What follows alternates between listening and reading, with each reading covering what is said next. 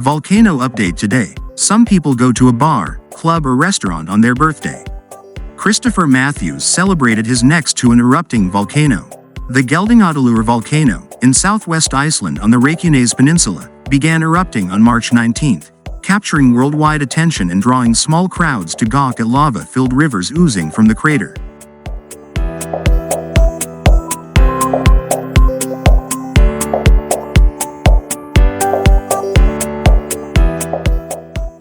The Hindu reports that it's the first eruption on the Reykjanes Peninsula, located just 15 to 20 miles southwest of the capital, Reykjavik, in more than 800 years.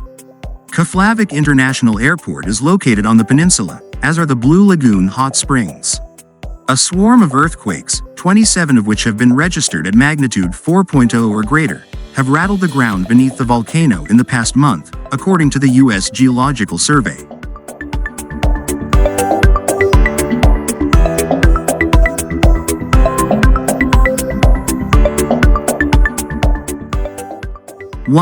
A magnitude 5.3 struck just a few miles away from Greater Reykjavik on March 14th, shaking the city of nearly 125,000, Iceland's largest.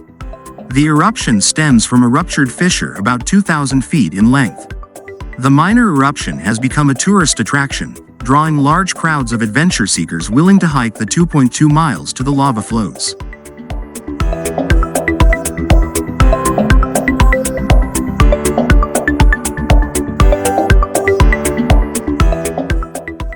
On Wednesday, March 24th, Mathews decided to venture to a field near Grindavik, Iceland, adjacent to the volcano.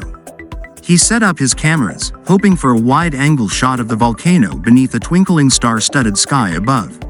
That's when a rogue snow squall rolled in, courtesy of Iceland's characteristically capricious climate.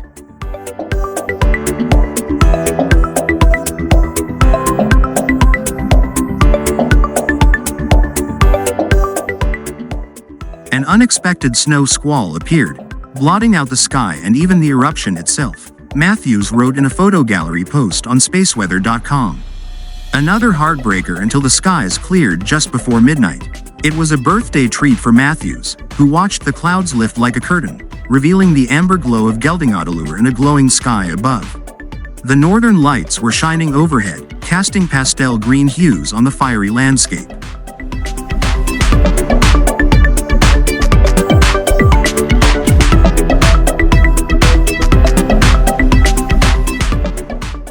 Iceland sits conveniently beneath the auroral oval, a band at the Arctic latitudes over which the aurora borealis routinely shimmers. The northern lights stem from energetic eruptions on the surface of the sun, which spew charged particles into space.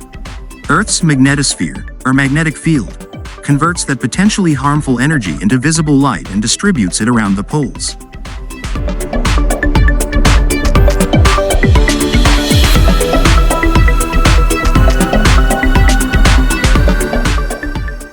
Though Iceland frequently finds itself beneath the northern lights, the island nation is often socked in beneath cloud cover. According to data from the Icelandic Met Office, the month of March averages just over 100 hours of sunshine or a little over 3 hours a day.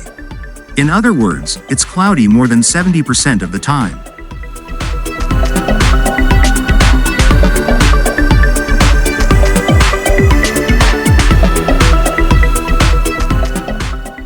It was a magical sight, and one I took especially to heart because it happened to be my birthday, Mathews wrote.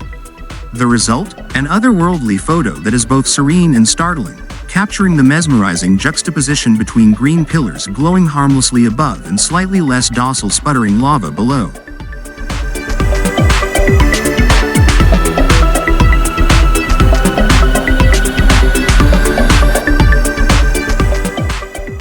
Intrepid Icelanders have made the most of the volcanic eruption, seizing the opportunity to hike to it in large numbers.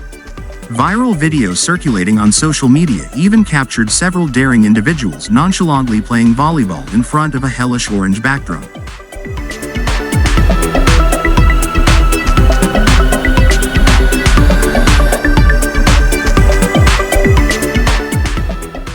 Others have piloted drones over the luminous lava fields, which occupy almost 250 acres. Tourism websites have recommended hiking to the volcano on days when winds are coming from the south so as to push toxic gas billowing from the volcano and seeping out of fissures harmlessly to the north. In April 2010, the ashy eruptions of Eyjafjallajökull in Iceland disrupted transatlantic air travel for 6 days, with intermittent issues continuing into June.